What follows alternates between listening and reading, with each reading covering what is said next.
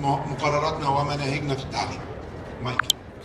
I will say a few more things on the action plan later on, but now I would like to invite His Excellency Mr. Mahmoud Majub Haiba to address us. As you know, he is the interministerial Minister Delegate for the human rights, very important post, and he was always to the side of the civil society, but also to education organizations and awareness raising schemes. معالي الوزير محجوب الهيبة المندوب الوزاري المكلف بحقوق الإنسان لدى الحكومة المغربية. تفضل معالي الوزير. Thank you very much indeed. Mesdames et messieurs, je voudrais tout d'abord saluer les organisateurs pour l'organisation de cet événement sur l'éducation en matière d'environnement dans le bassin méditerranéen qui, bien sûr, recèle des valeurs et des pratiques protectrices de l'environnement et que nous devons bien sûr échanger. Et comme je m'intéresse bien sûr aux droits en général et aux droits de l'homme en particulier, je voudrais rappeler que l'effectivité des droits de l'environnement et des droits à l'environnement, parce que les liens entre les droits de l'homme et la protection de l'environnement sont bien établis depuis déjà plus de 2 décennies. Et donc, l'effectivité du droit à l'environnement, fondée sur l'information aux problèmes d'environnement, donc nécessite un engagement dans des procédures qui prennent du temps et peuvent nécessiter un effort. Il est bien évidemment clair que les individus et leurs groupements n'agiront pour la protection de l'environnement que s'ils ont été sensibilisés à l'état du milieu où ils vivent et aux dangers qui les menacent.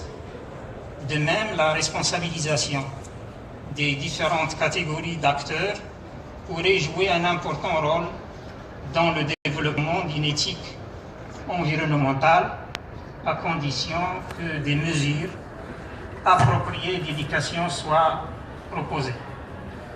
À cet égard, la transmission des connaissances relatives à l'environnement et à sa problématique devrait être intégrée à tous les aspects de l'enseignement, et cela à tous les niveaux, en utilisant bien évidemment une approche multidisciplinaire, englobant les sciences de la vie, la physique, la chimie, mais aussi la géographie, l'économie et l'histoire et le droit.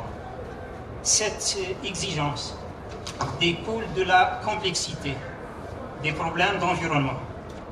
La méthode devrait aussi permettre de mettre l'accent sur l'ampleur des causes des principaux problèmes d'environnement dans leur contexte local, en utilisant pour ce faire les meilleures données scientifiques disponibles et d'autres sources appropriées de connaissances.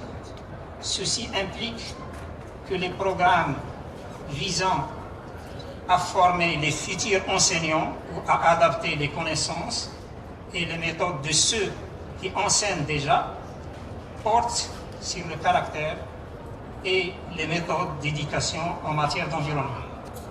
Il est alors nécessaire de renforcer les capacités de formation à la gestion de l'environnement et de créer des programmes spécialisés de formation de formateurs.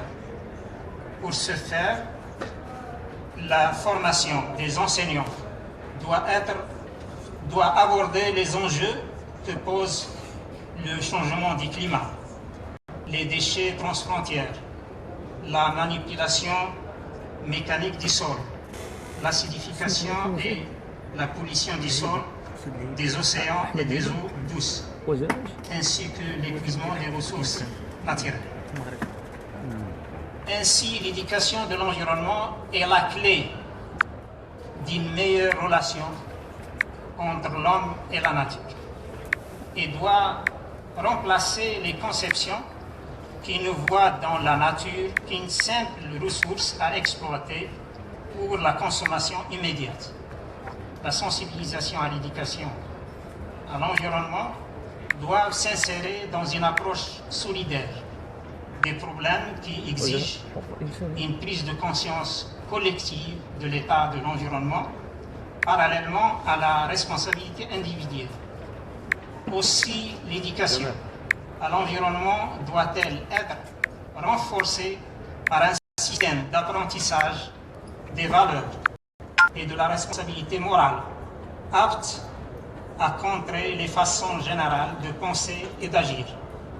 Dans ce cadre, une recommandation du comité des ministres au sein du Conseil de l'Europe a mis en avant en 2002 la citoyenneté démocratique. Elle préconise notamment